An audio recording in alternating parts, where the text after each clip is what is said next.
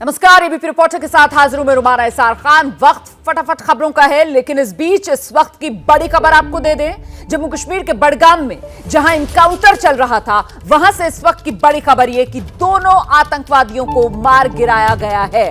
दो आतंकवादी थे, जिसमें एक आसिफ शेर गुजरी था जो लश्कर तैयबा से जुड़ा हुआ आतंकवादी था, यहीं बडगाम का रहने वाला था। तो आसिफ शेर गुजरी और साथ ही साथ उसका साथी, दोनों आतंकवादी ढेर। बड़ी कामयाबी सुरक्षा बलों को मिली है। सूचना मिली थी, खुफिया सूचना के आधार पर बडगाम में नाकाबंदी की गई थी और इसी दौरान नाकाबंदी का उल्लंघन करते हुए जब मोटरसाइकिल पर सवार इन दो लोगों ने भागने की कोशिश की, उस वक्त ये इनकाउंटर शुरू हुआ और अब इनकाउंटर में दोनों आतंकी ढेर हो गए हैं। इस वक्त की बड़ी खबर, सुरक्षा बलों को यह बड़ी कामयाबी मिली है। लश्कर तैयबा से जुड़े हुए ये दोनों आतंकवादी बडगाम इलाके में सक्रिय। बडगाम एनकाउंटर में दोनों आतंकी ढेर।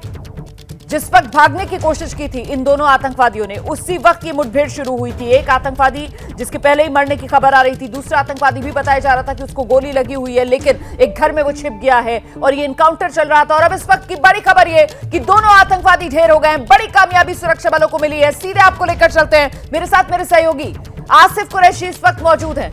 आसिफ, पुष्टि हो गई है दोनों आतंकवादी ढेर? बिल्कुल रवाना, आपसे थोड़ी देर पहले जम्मू कश्मीर पुलिस ने आधिकारिक ट्विटर हैंडल से भी ये जानकारी साझा की है, जिसमें कहा गया है कि दोनों मिलिटेंट्स को मार गिराया गया है।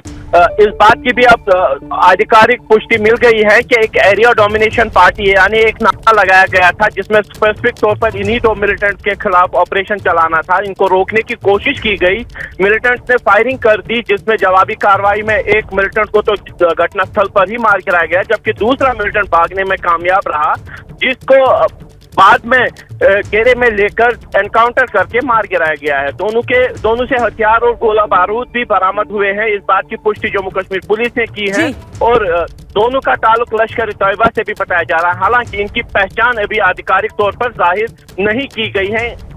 आधिकारिक तौर पर पहचान जाहिर नहीं की गई है, लेकिन जो पहले आप जानकारी दे रहे थे सूत्रों के हवाले से कि लश्कर तैयबा का आसिफ शेर गुजरी इनमें से एक आतंकवादी हो सकता है और दूसरा उसका साथी, ये दोनों स्थानीय ही बताए जा रहे हैं या इनका कोई सरहद पार वाला कनेक्शन भी है? देखिए, इसी बात की जांच जो हो रही है सुरक्षा बलों की तरफ से हो रही है, क्योंकि शंका ये है कि इनमें से एक विदेशी हो सकता है। क्योंकि अगर आपको याद होगा कि कल बडगाम के मागाम के रडबुक में एक मुठभेड़ शुरू हुई थी, लेकिन यहाँ पे कुछ मिलिटेंट भागने में कामयाब हो गए थे और कहीं ना कहीं उस मुठभेड़ से इन दोनों के भी तार जुड़े हो सकते हैं कि हो सकता है कि ये वही मिलिटेंट हो जो वहां से भाग निकलने में कामयाब रहे थे। लेकिन आधिकारिक बयान का बस इंतजार रहेगा कि क्या जम्मू कश्मीर पुलिस इस बाबत जानकारी देती है। कॉम्बिंग ऑपरेशन अभी भी जारी है इलाके में? बिल्कुल, अभी भी तलाशी अभियान चल रहा है। मैं बता दूं कि जहां पे ये मुठभेड़ हुई थी, ये डिस्ट्रिक्ट कोर्ट कॉम्प्लेक्स और एसएसपी का ऑफिस है, यानी काफी भीड़ भाड़ वाला इलाका है। जो पुलिस के वरिष्ठ अधिकारी थे वो भी घटनास्थल पर पहुंच गए थे। सबने यहाँ पे जो है इस पूरे घटनाक्रम की जांच ली और क्योंकि ये एक चांस एनकाउंटर था, इसीलिए ये माना जा रहा है कि आसपास कोई भी अन्य मिलिटेंट नहीं होगा, इसीलिए कॉर्डन को ईज कर दिया गया है। क्योंकि कोर्ट कॉम्प्लेक्स यहाँ पे एसएसपी ऑफिस है, वरिष्ठ अधिकारियों के ऑफिस है, इसीलिए जगह को खोलने की भी कोशिश हो रही है ताकि जल्द से जल्द आवाजाही बहाल की जा सके। जी, तो सूचना कब मिली थी, खुफिया सूचना कब मिली थी सुरक्षा बलों को? और ये नाकाबंदी जहां पर रुके नहीं, भागने की जहां से कोशिश की इन आतंकवादियों ने, वो नाकाबंदी कब की गई थी आसिफ? देखिए, ये नाकाबंदी सुबह सवेरे ही कर दी गई थी और यहाँ पे जो सेना का एक संयुक्त नाका लगा था, यानी 62 RR का एक नाका लगा था जम्मू कश्मीर पुलिस के साथ। और यहाँ पे जो है इस नाके पर ही इन दो मिलिटेंट्स को रोकने की कोशिश की गई थी। हालांकि सुरक्षा बलों का ये कहना था कि पहले उनकी कोशिश थी कि इन मिलिटेंट्स को जिंदा पकड़ा जाए, इसीलिए उनको रोकने की भी कोशिश हुई थी। लेकिन चूंकि मिलिटेंट्स ने सुरक्षा बलों पर फायरिंग कर दी और यहाँ से भागने की कोशिश कर दी, तो इस वजह से यहाँ पे जो है मुठभेड़ हो गई और मुठभेड़ के बाद ही इन दोनों को मार गिराया गया है। जी बहुत बहुत शुक्रिया आपका आसिफ कुरैशी इस तमाम अपडेट के लिए। तो बडगाम में जो इनकाउंटर चल रहा था, बड़ी कामयाबी उसमें सुरक्षा बलों को मिली है, दोनों आतंकवादी ढेर। और अब इस वक्त की अगली बड़ी खबर का रुख करेंगे। दिल्ली के जहांगीरपुरी से गिरफ्तार आतंकवादियों ने बड़ा खुलासा किया है। दोनों आतंकवादियों से पूछताछ में यह जानकारी सामने आई है कि 4 संदिग्ध आतंकवादी अभी भी भारत में मौजूद हैं। इनकी तलाश जोर शोर से की जा रही है। सूत्रों की माने तो आतंकवादियों ने इस नेटवर्क में करीब 8 लोगों के शामिल होने की बात कबूली है। इन 8 लोगों में से 4 अभी भी भारत में ही मौजूद हैं। हम सीधे रुक करते हैं, मेरे साथ मेरे सहयोगी वरुण जैन इस वक्त मौजूद हैं। वरुण, जैसे जैसे पूछताछ आगे बढ़ रही है, बड़े खुलासे जो इन आतंकवादियों की तरफ से किए जा रहे हैं, इस वक्त का ताजा अपडेट क्या मिल रहा है? देखिए, बिल्कुल 26 जनवरी से पहले स्पेशल सेल के लिए अभी भी ये चिंता का विषय बना हुआ है। वो 4 संदिग्ध आतंकी जो कि इनके नेटवर्क के अंदर शामिल थे, इन्हीं संदिग्ध आतंकियों की तलाश में जो स्पेशल सेल की अलग अलग टीमें हैं वो छापेमारी कर रही है। आपको बता दूं, जो दोनों गिरफ्तार आतंकी हैं, इन्होंने पूछताछ में बताया है कि पाकिस्तान में बैठे अपने आकाओं से सिग्नल ऐप के जरिए संपर्क में थे और गूगल मैप के जरिए इनको वो लोकेशन दी गई थी जहाँ से इनको हथियार उठाने थे। तो कहीं ना कहीं बहुत एक बड़ी कॉन्स्पिरेसी थी और ड्रॉप डेड मेथड का इस्तेमाल पाकिस्तान में बैठे जो आतंकी थे उन्होंने इस पूरे मामले में किया था। जिस ड्रॉप डेड मेथड के जरिए कोशिश की जाती है कि जो सभी आतंकी है वो आपस में एक दूसरे के टच में नहीं हो, यानी कि जो ये 2 गिरफ्तार आतंकी हैं इनको इस बात की जानकारी नहीं है कि जो हथियार कैसे मुहैया कराए गए, किन्होंने मुहैया कराए और किस तरीके से जो वो लोकेशन थी वो आकाओं तक शेयर हुई। तो यानी कि ये आतंकी आपस में टच में नहीं है। तो कहीं ना कहीं पुलिस के लिए चिंता का विषय यही हो जाता है कि जो अभी भी 4 संदिग्ध फरार चल रहे हैं उनको जल्द से जल्द कैसे गिरफ्तार किया जाए। जी बिल्कुल, ये बड़ी चुनौती सुरक्षा बलों के सामने कि वो 4 आतंकवादी जो अभी भी फरार चल रहे हैं उन तक किस तरीके से पहुंचा जाए। सबके बीच सूत्रों के मुताबिक भारत में मौजूद जिन 4 आतंकवादियों की तलाश चल रही है उनमें से 2 का इस्तेमाल हथियार मुहैया कराने और 2 का इस्तेमाल हथियार को एक खास लोकेशन तक पहुंचाने के लिए किया गया था। तो 4 संदिग्ध आतंकवादी, 2 का इस्तेमाल हथियार मुहैया कराने और 2 का इस्तेमाल हथियार को खास लोकेशन तक पहुंचाने के लिए किया गया था। एक बार फिर से रुक करते हैं, वरुण जैन हमारे साथ मौजूद हैं। वरुण, ऐसे में सबसे बड़ी चुनौती यही कि आखिरकार इन 4 संदिग्ध आतंकवादियों तक किस तरीके से पहुंचा जाए।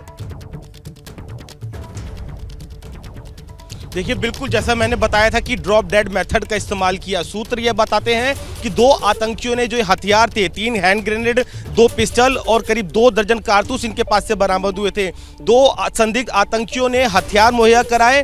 2 आतंकियों को एक ऐसे अनआइडेंटिफाइड स्पॉट को लोकेट करने की जिम्मेदारी दी गई थी जहां पर इन हथियारों को छुपाया गया था और उन्होंने ही गूगल मैप के जरिए पाकिस्तान में बैठे अपने आकाओं को लोकेशन भेजी थी। वो लोकेशन इन दोनों संदिग्ध आतंकियों को, जिनको जहांगीरपुरी से गिरफ्तार किया, इन तक पहुंचाई गई थी और उस गूगल मैप लोकेशन के जरिए ये उस जगह पर पहुंचे और इन्होंने हथियारों को उठाया। तो आप अंदाजा लगाइए, ड्रॉप डेड मेथड के अंदर जिन्होंने इन हथियारों को मुहैया कराया और जिन्होंने उस जगह पर इन हथियारों को प्लांट किया और साथ ही इन आतंकियों के बीच का कोई कनेक्शन नहीं है। ऐसे में बहुत बड़ा चैलेंज 26 जनवरी से पहले जो खुफिया एजेंसी और स्पेशल सेल के लिए, क्योंकि उन आतंकियों को जल्द से जल्द गिरफ्तार करना होगा, क्योंकि उनसे पूछताछ के बाद भी और कई बड़ी साजिश, कई बड़ी कॉन्स्पिरेसी का पता चल सकता है। कहीं ऐसा तो नहीं कुछ और संदिग्ध आतंकियों को उन्होंने किसी और लोकेशन पर हथियार पहुंचाए हो जिनकी जानकारी इन 2 गिरफ्तार संदिग्ध आतंकियों को नहीं है। ऐसे में पूरे नेटवर्क का पता लगाना, खंगालना बेहद जरूरी हो जाता है पुलिस के लिए। जी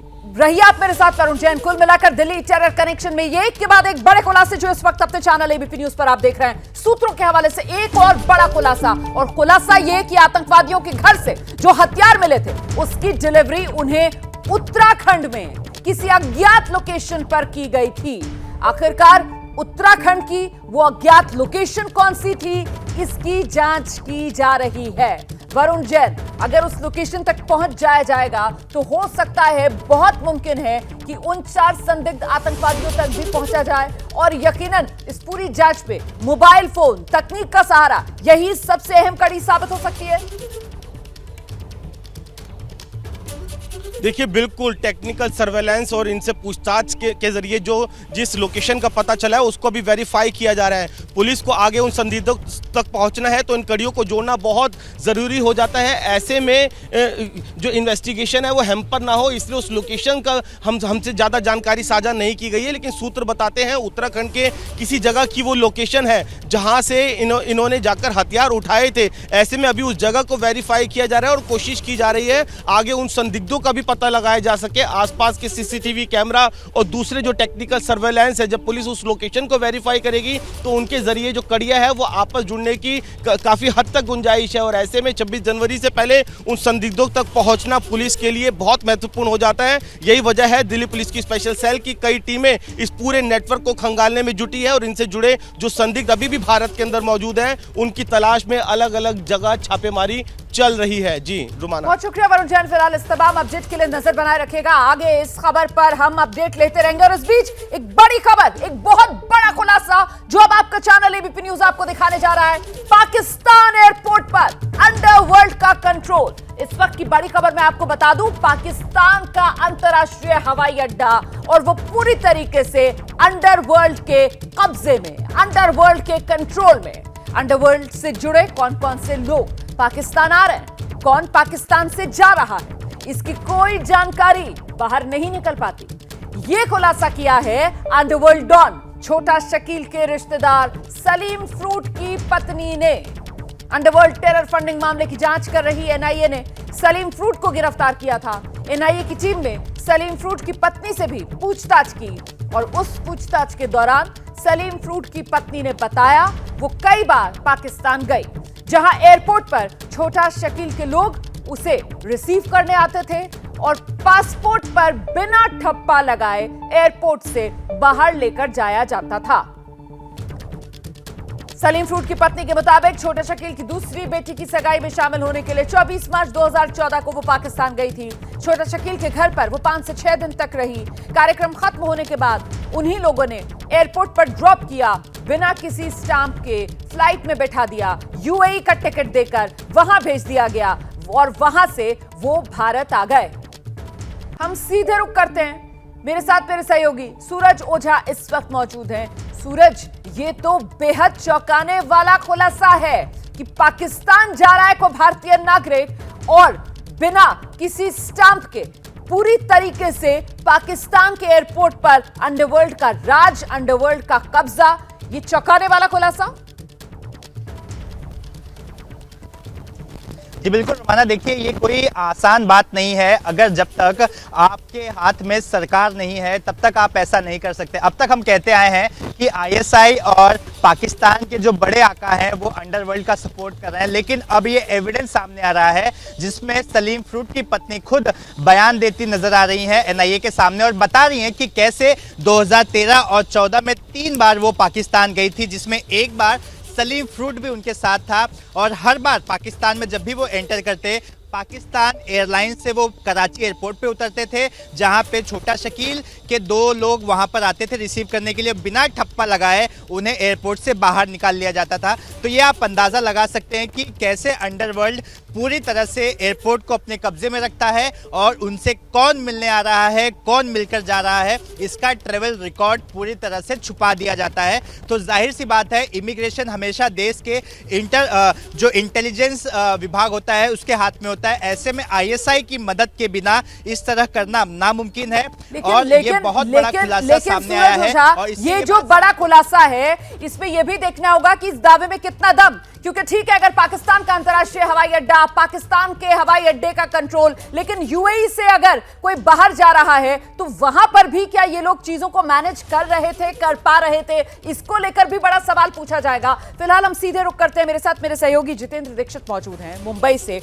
और जितेंद्र से जरा ये समझते हैं कि दावा एक तरफ, दावे को लेकर अभी पड़ताल की जाएगी, उसकी सत्यता की पुष्टि होगी, लेकिन इस सब के बीच एक महत्वपूर्ण बात जो सामने निकल कर आती है, जिसको लेकर बार बार जिक्र किया जाता है, वो पाकिस्तान में दाऊद के दबदबे को लेकर। जितेंद्र, ऐसे में पाकिस्तान में दाऊद के दबदबे की क्या है कहानी?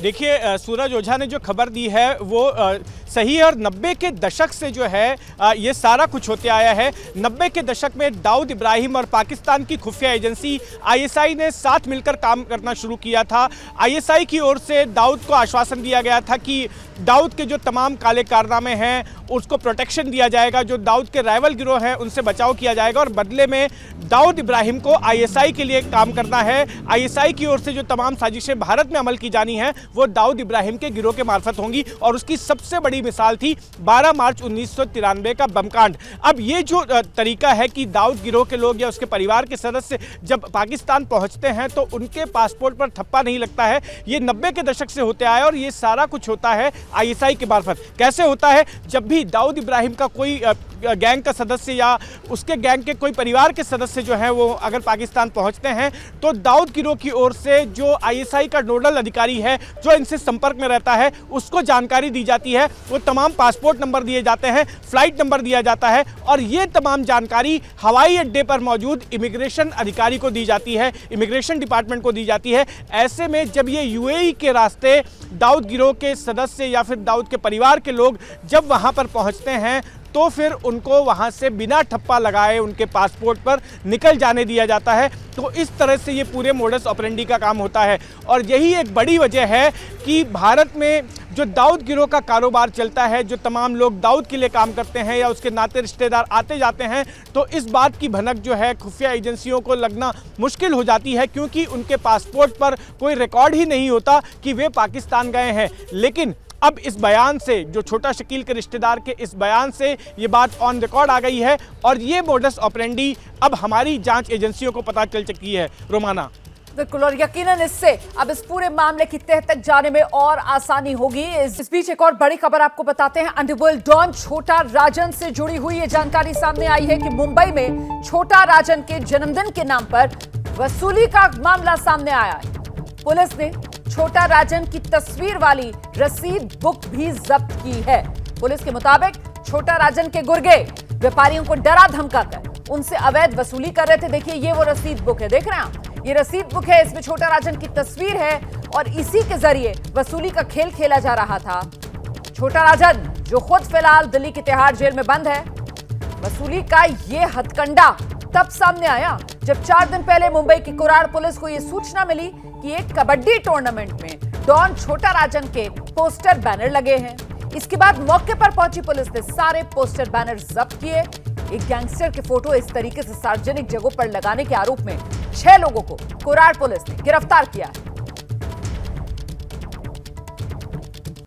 और वहीं दूसरी तरफ डॉन के गुर्गों के बचाव में छोटा राजन का भाई दीपक निखलजे सामने आया। उसने बाकायदा बयान दिया है, कह रहा है किसी का जन्मदिन मनाना गलत नहीं, अगर कोई किसी को पसंद करता है और जन्मदिन मनाता है तो इसमें किसी को आपत्ति नहीं होनी चाहिए। साल भर में कोई पूछता नहीं, इलेक्शन आने के बाद मेरे को पूछते आप लोग कि भाई आप छोटा राजन के भाई हो, तो उसमें कोई ये नहीं है, छोटा राजन का भाई है, छाती ठोक के बोलते हैं, उसमें कोई दो मत नहीं है। अगर ये कुछ हुआ है तो गलत हुआ है, जन्मदिन था, जन्मदिन मनाते, भाई है तो मनाए, बुरा कोई बात नहीं। और कोई किसी को चाहता है और वो उनका जन्मदिन मनाते तो मुझे नहीं लगता कि कोई गलत है। सीधे आपको लिए चलते हैं, सूरज ओझा इस वक्त हमारे साथ मौजूद है। सूरज, छोटा राजन के भाई का बयान हम सुना रहे थे जिनको इसमें कुछ भी गलत नहीं लग रहा है, लेकिन सवाल ये कि एक ऐसा कुख्यात गैंगस्टर जो फिलहाल तिहाड़ जेल में बंद है और उसका जन्मदिन मनाने तक का मामला नहीं है बल्कि उसके नाम पर ये जो वसूली का खेल खेला जा रहा था, जरा इसके बारे में विस्तार से जानकारी दीजिए।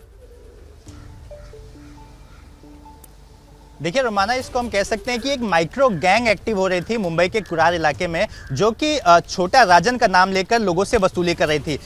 जो मुंबई पुलिस को जिसने अप्रोच किया है वो इमिटेशन ज्वेलरी का व्यापार करता है। उसने ये बताया कि ये जो गिरोह है ये कहता है कि ये छोटा राजन के एब्सेंस में उनकी गैंग चला रहा है। साथ ही वो प्रोटेक्शन के नाम पर, अगर आपको प्रोटेक्शन चाहिए तो 10,000 रुपये की मांग की थी बाकायदा। और देखिए, छोटा राजन के नाम पर डराने के लिए जो रसीद बुक आपने देखी, उस रसीद बुक को छपाया था, बकायदा उस पर छोटा राजन के फोटो लगाए थे और लोगों को ये रसीद दी जाती थी। और जिसके पास ये रसीद होगी ये माना जाता था कि वो इस गैंग का सदस्य है, गैंग पर विश्वास करता है, गैंग का प्रोटेक्शन उसे है। तो कहीं ना कहीं ये माइक्रो गैंग एक्टिव थी कुरार विलेज में, जो कि मुंबई का मलाड इलाका आता है। और इसी के चलते मुंबई पुलिस ने एक और मामला दर्ज किया है, जो कि वसूली का मामला है।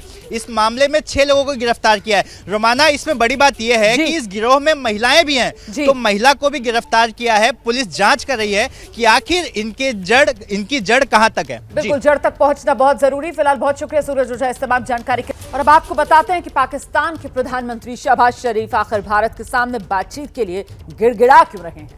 दरअसल पाकिस्तान वो मुल्क जिसे खैरात पर पलने की आदत पड़ चुकी है, वो खैरात की खाता है, खैरात की पहनता और ओढ़ता है, लेकिन अब पाकिस्तान को कर्ज मांगने में शर्म आ रही है। ये बात किसी और ने नहीं कही, खुद पाकिस्तान के वजीर आजम शहबाज शरीफ ने खुले मंच से कही है। हिंदुस्तान से होड़ लेने की सनक में पाकिस्तान ने चोरी चकारी से एटम बॉम्ब तो बना लिया, लेकिन अवाम के लिए रोटी का इंतजाम नहीं कर पाया। अब वो कटोरा लेकर भीख मांग रहा है और शर्मिंदा भी हो रहा है। शहबाज का कहना है कि एक न्यूक्लियर केपेबल मुल्क भीख मांगे, ये ठीक नहीं है। पाकिस्तान को समझ लेना चाहिए कि किसी भी मुल्क को बॉम्ब से पहले रोटी की जरूरत होती है, लेकिन वहाँ के नेता मुल्क की माली हालात सुधारने की जगह पाव भर के एटम बॉम्ब की धमकी देते रहे और 121 देशों के ग्लोबल हंगर इंडेक्स में 99वें पायदान पर पहुँच गए। इसी का अंजाम है कि आज पाकिस्तान को हाथ में कटोरा लेकर घूमना पड़ रहा है, लेकिन मांग मांग कर कोई भी मुल्क आखिर कितने दिन खा सकता है। ये बात अब लगता है पाकिस्तान को समझ में आने लगी है। तभी तो खैरात के सिलसिले में यूएई पहुंचे शहबाज शरीफ वहां के क्राउन प्रिंस के आगे शर्मिंदा हो गए। शहबाज शरीफ मुल्क की शर्मिंदगी का ये किस्सा पंजाब में पाकिस्तान एडमिनिस्ट्रेटिव सर्विस के ऑफिसर्स के पासिंग आउट फंक्शन में बयान कर रहे थे।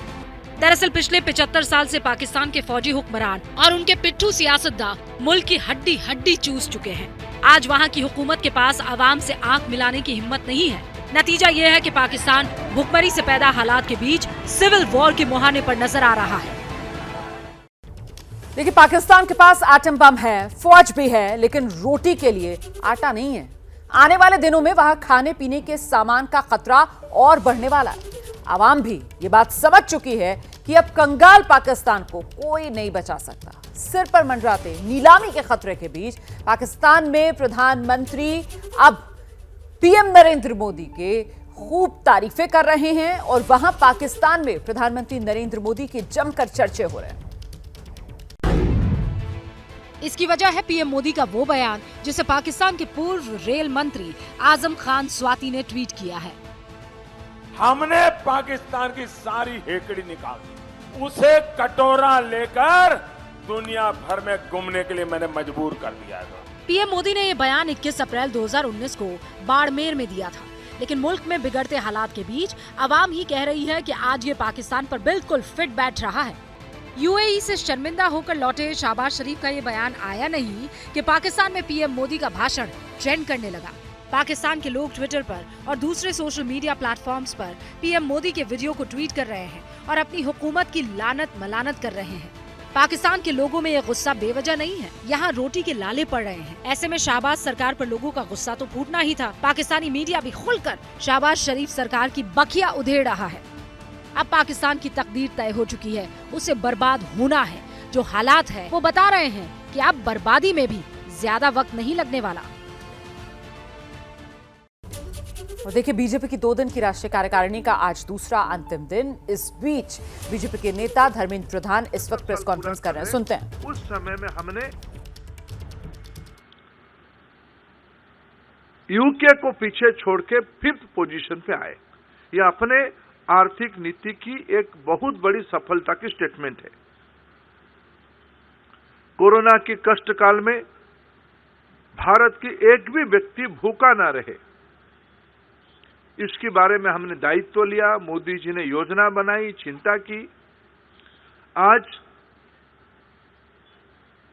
खाद्य सुरक्षा योजना के उपरांत 5 किलो चावल और 1 किलो दाल देश की जनता को, 80% जनता को दिया गया। और आज तो संपूर्ण मुफ्त में खाद्य सुरक्षा व्यवस्था, जो कुछ मूल्य होता था उसको शून्य करके बिना मूल्य की व्यवस्था कर दी गई है। आज विश्व की सकल जीडीपी के घरेलू उत्पादन में भारत 2014 में जब 2.6% कंट्रीब्यूशन कर रहा था, वो आज बढ़ के 3.5% तक पहुंची है। मित्रों, ये इससे बढ़िया संजोग आजादी के अमृत महोत्सव की अवसर पे कुछ नहीं हो सकता है। देश में जीएसटी कलेक्शन बढ़ी है। 2014 और 22 की अगर हम तुलना करें, लगभग 22.6% टैक्स कलेक्शन बढ़ी है। उस आर्थिक सशक्तिकरण के कारण वो पैसा गया कहां? आज जिला केंद्र में डायलिसिस हो रहे देश में, हार्ट स्टेंट और अन्य जरूरी हेल्थ रिलेटेड वस्तुओं की कीमत घटी है।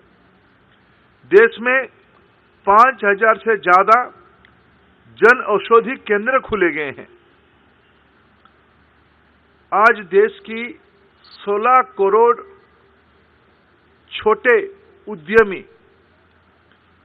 7,74,000 करोड़ रुपया की मदद मुद्रा योजना में सरकार के कारण ले पाए हैं। पेंशन, ग्रेच्युटी, इसकी एक नया पैमाना आज खड़ा हुआ है। मध्य वर्गीय लोगों की घर बनाने की आकांक्षा के लिए ऋण देने की स्लैब को बढ़ाया गया और सुविधा उपलब्ध करवाया गया है। किसानों की बारे में समग्रता से चिंता करना, किसान की मार्केटिंग फैसिलिटी बढ़े, किसान की उत्पादित चीजों को सटीक मूल्य मिले, इसकी कई योजनाओं को आज सामने लाया गया है।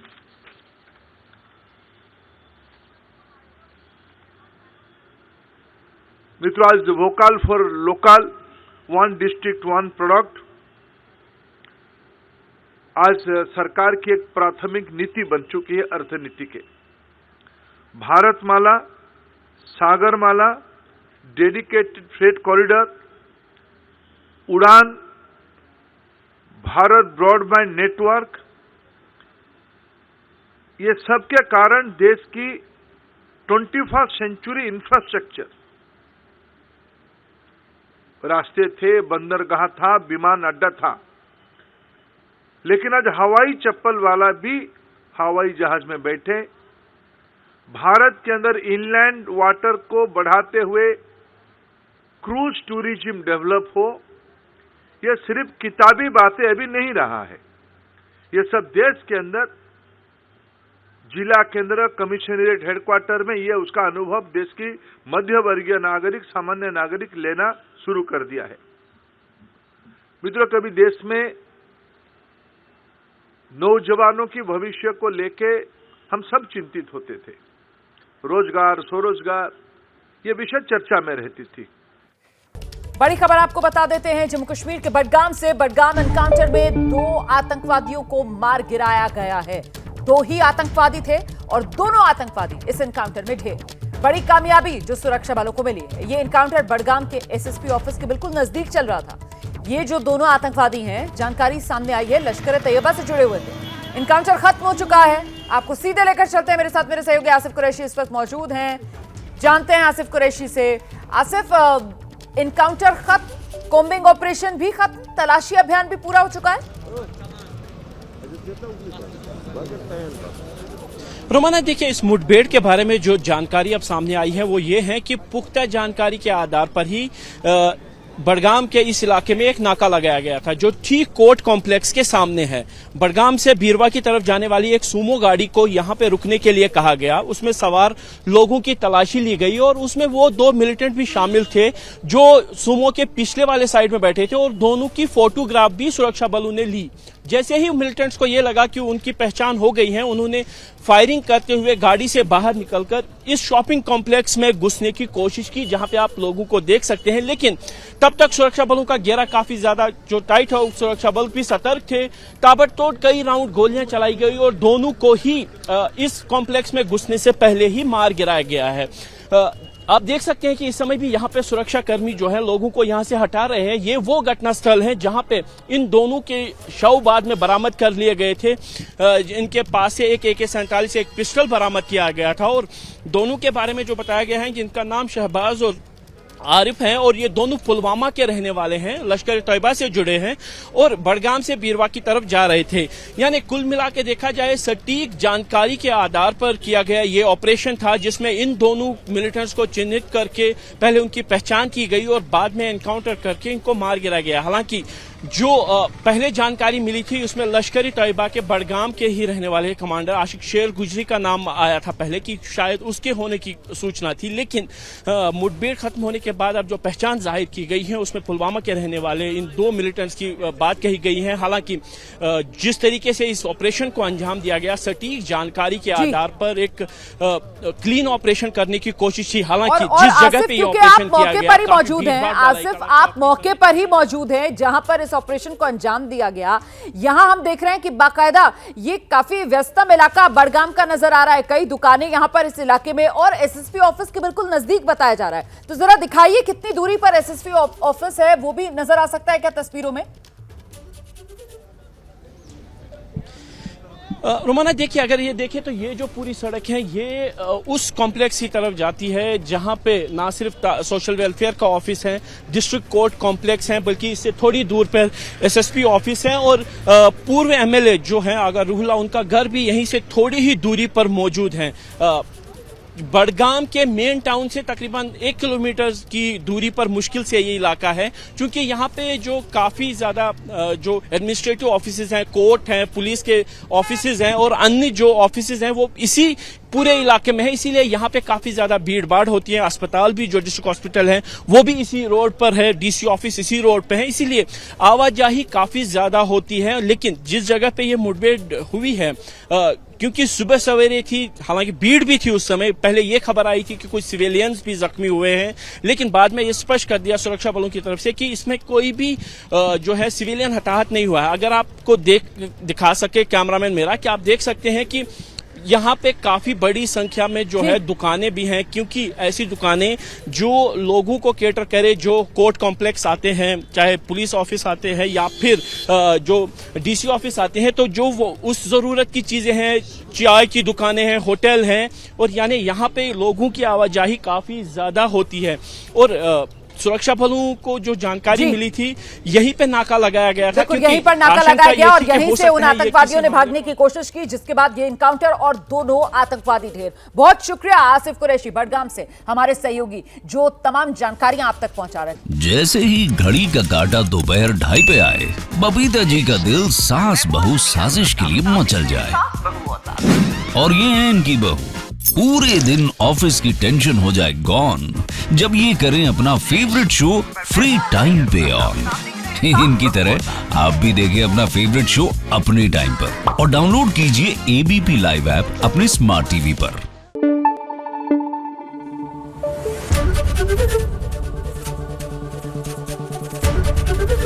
ABP न्यूज आपको रखे आगे।